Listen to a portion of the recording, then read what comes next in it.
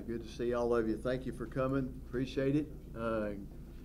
Grateful for your support, and think we've got an exciting group of kids. And by the way, if any of you want personal interviews, this is the only time of the year that we'll do this, but we will be in a scrimmage when we get through here.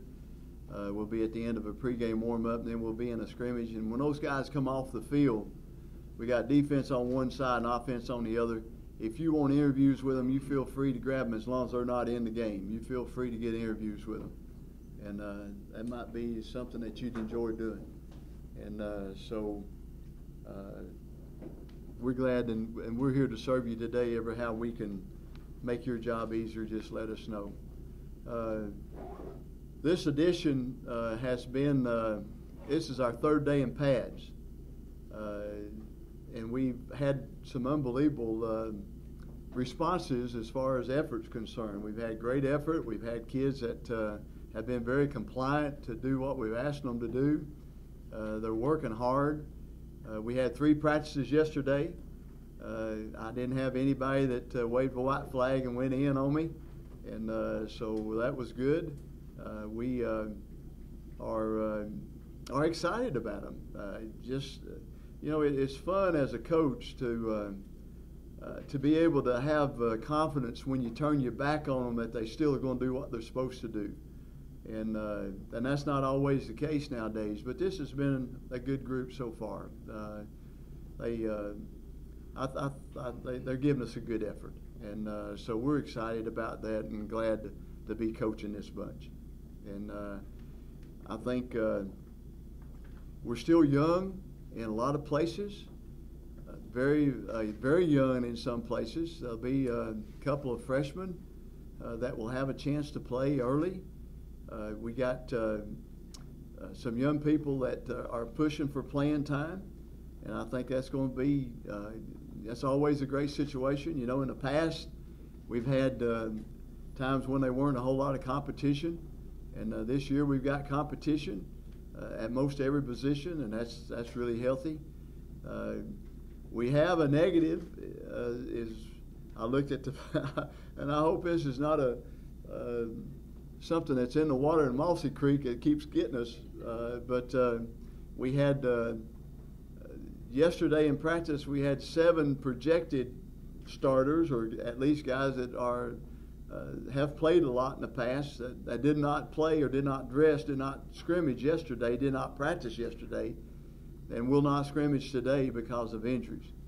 And thank goodness none of them except maybe one that will be getting an MRI on this afternoon, only one maybe that is maybe season threatening. So we're excited about what all's going on with this bunch, and happy for their faithfulness. We've had several guys already that have made some decisions. I think that's going to be life-changing decisions, and that's always positive. We've had some great speakers. You know, we do things a little bit different here. We practice hard, and then we have meetings where we think hard, and we check our hearts out every night. And we try to start off every day with a speaker. This morning we had Coach Alvin Sanders, who played for us here, was an All-American here, that is assistant coach at Marshtown West. Came and spoke and offered a challenge, and then at night we evaluate the challenge to see how we did with the challenge during the day. And so that's the way we do it. And we went to church together Sunday. We will go to church again this Sunday together. And then we'll go to church the third Sunday right before we play our first ball game. It's hard to believe that at this point right here, I think we've got 11 days left in pads before we play our ball game. And, you know, isn't that amazing? It's our second day of contact, our third day of contact, and we got 11 days left that we actually can wear full gear before we play our first ball game. And that's not enough time to get ready to play. That's asking kids to do something in a very violent collision sport to get them ready that quick. And so that's the reason we practice a few more times than most people during the day. And so our theme this year is 4D. We want to have 4D vision, which is daily discipline determines destiny. Daily discipline determines destiny. And we are talking about that an awful lot. We spend a lot of time talking about minute-to-minute choices, minute-to-minute decisions. Decisions that they have to make on the field, and hopefully using on-the-field laboratory of learning for off-the-field big-time learning about life to try to teach them that it is daily discipline in everybody's life that determines our destiny. And and we're using Hebrews 12:11. It says, "No discipline seems enjoyable at the time, but painful. But the fruit of it yields peace and righteousness to those who have been trained by it." And so that's what we're selling. That's what we're trying to get done. And that's what when you go out there and you see maybe an injured player that's got a 4D T-shirt on, that's what that stands for. And we're doing something a little bit different with kicking units this year. We've never done this in history, but we have some kicking units. And we're calling the Special Warfare Assignment Group. And we've picked 21 kids that have given us great effort, that have proven to have been very trustworthy. And we've put all the kicking assignments in their lap, and we're pulling them aside and having kicking practices just for them. And so that's an experiment. I did not figure this in when I came up with this idea. Our Special Warfare Assignment Group, the SWAGs. I didn't think about this. 7 of them couldn't practice yesterday. We killed that other 15 or that other 14, and because there wasn't enough depth there to get enough reps to give them enough rest during the rep period. So we're using that as a positive, saying that SWAGs don't get tired, and so there's no limits on what SWAG is willing to do, and I know sometimes I wonder about. I've used it before. The fact is, it's in our Eagle Way notebook. We give them a notebook every year, about 176 pages. That's an outline for life. Our first 2 days of practice, we filled out a plan for life, and then we put it in that time capsule. You see those little rock monuments out there? That's a time capsule. We'll be building one here where each one of them will personalize their own rock, and we build a time capsule, and we put their plan for life in there. 10 years from now, we'll come and open it up, and we'll hold each other accountable, and we'll have a big celebration to see how we're doing with our plan for life. And so again, I'm giving you some little insights of some of the things that we do that maybe is a little bit different than what most people do. And we've got several starters back. Defensively, we're thin on starters. Offensively, we got, I think, 7 starters back. We've moved a couple of guys to other positions, and so it's kind of like a new position for them too, a new start for them too. A lot of experiments going on. When you get out there today, you'll see, when you watch a scrimmage, you'll see some faces that, numbers that you'll say, "Coach, why is he playing there?" And you find me, and I'll be glad to answer those questions for you. A lot of young people, we got about 180 kids. That's another, it may be the world record as far as number of kids in uniform. By the way, we're taking up collection for uniforms after this is over. But we have got some, just mentioned 2 or 3 local kids that you might recognize. Gerard Henderson from Austin East High School is practicing hard, doing a really good job. We're excited about what he can eventually bring to the table. McClendon from Cleveland High School is, I believe his first name is Josh. He's come around. It's a shock for freshmen to go to college football practice for the first time, but he's responded, and we're excited about some of the things that he's doing.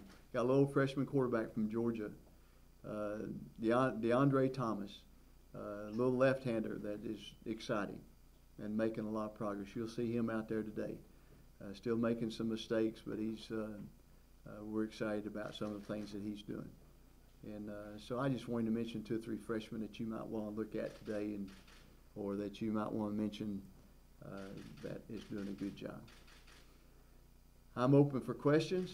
I'm open for anything that I can share information with or help you with, and be glad to try to respond. Questions for Coach? Yes, sir. See, Brandon's number 1 on the depth chart. Obviously, he got quite a few starts last year. What helped him win that job during camp? Well, the job's not won yet. It's still our.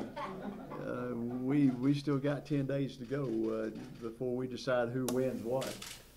It's still wide open right now. But I tell you what happened, and we're really proud of Brandon.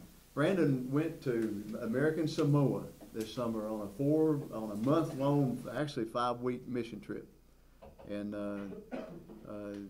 a guy that I'd been acquainted with that was using football. The Samoans want to get off of that island to go to America to play football, and so when you offer an opportunity to teach them about football, then it automatically opens a mission door, an opportunity, a witnessing door to those kids in Samoa. And I say kids, they're bigger than all of us, but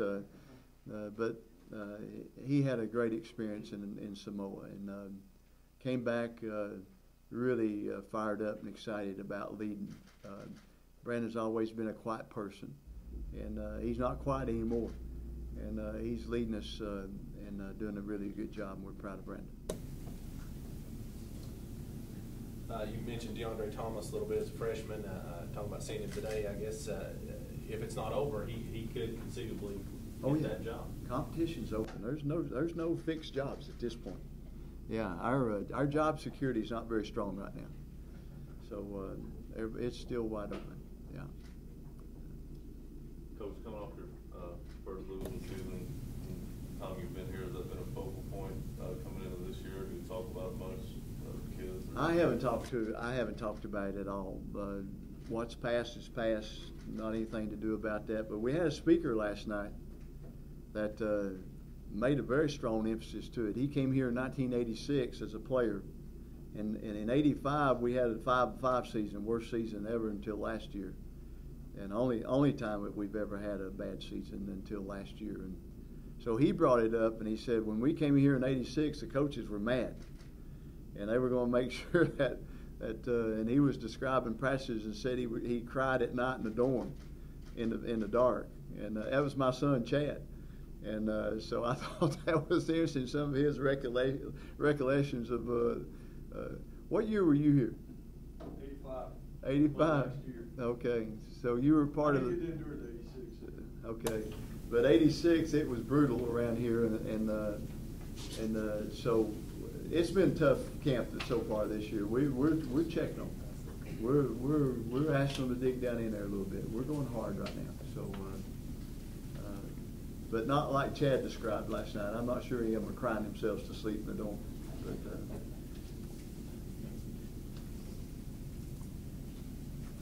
are you more excited to win 300 or stop talking about 300? Well, it hadn't happened.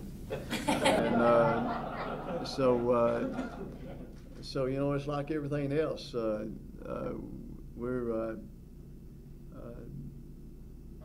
Here's what I have you to do today.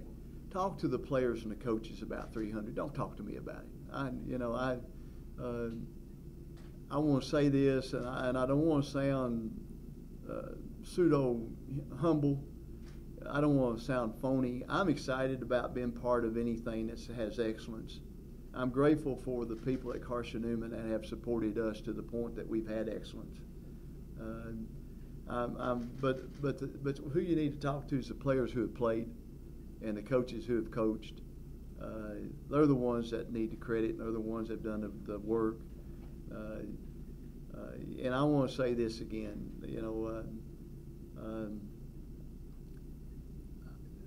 Winning one football game or winning 300 ball games or winning 400 ball games is not who I am. That's what I do, but that's not who I am. And so what I want to do is honor the Lord with what I do, I don't think I'll stand before the Lord one of these days, and He'll ask me how many football games He's not going to check my one-loss record out because He already knows my heart, and that's the part I need to work on and forget about all that other stuff. So please ask the players and ask the coaches, and I've already told them it's on them. It's on them. It's not on me at all. But I appreciate you asking. I don't want to sound, Lord's good, and I'm grateful. Coach, you have two exciting running backs back in Tyron and then Brandon, who had a hot start last year and then got hurt. Tyron got hurt too. Yeah, just talk about their progress from last year to this season. What you kind of expect of them. They've had a good start, and they both are proven, but they're getting pushed. A guy named Andy Hibbett and a guy named Solomon Dewana. Check Solomon Dewana out today. Solomon is an African that came in here that has been in the country for several years now, and he hasn't seen the picture, and all at once the light came on, and it's exciting to watch Solomon.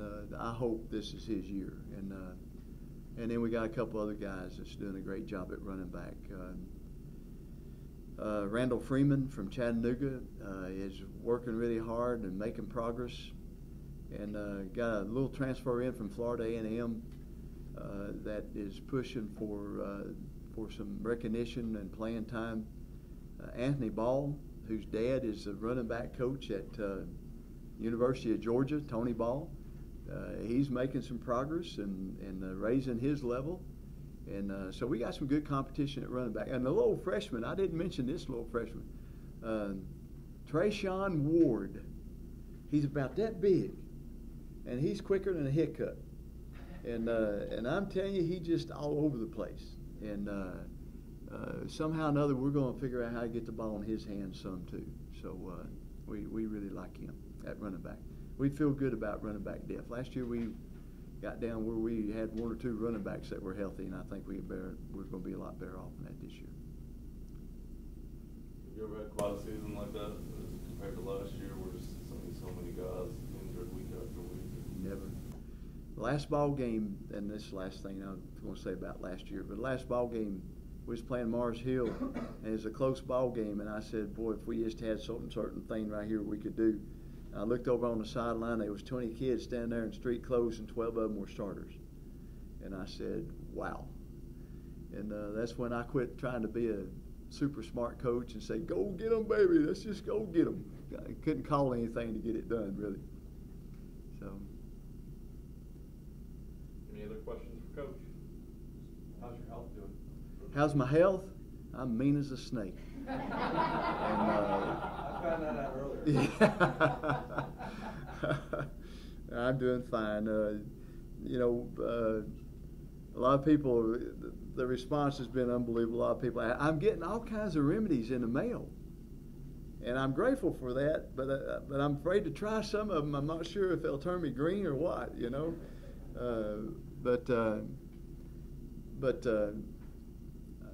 The question is not how I feel. The question is to make sure I believe the right way.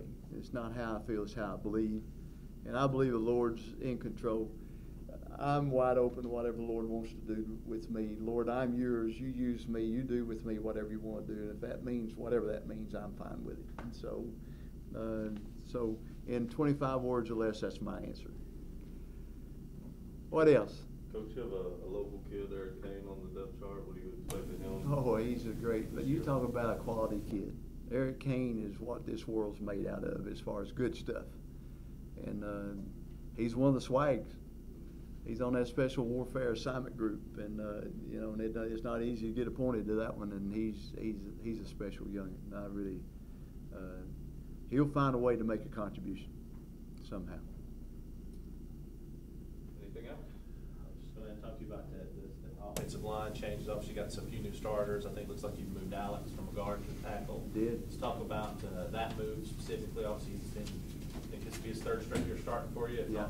And why you wanted to move him out to tackle? Well, we think that he's got the tools to play tackle, and guy named Robbie Anani. Robbie Anani has really come forth.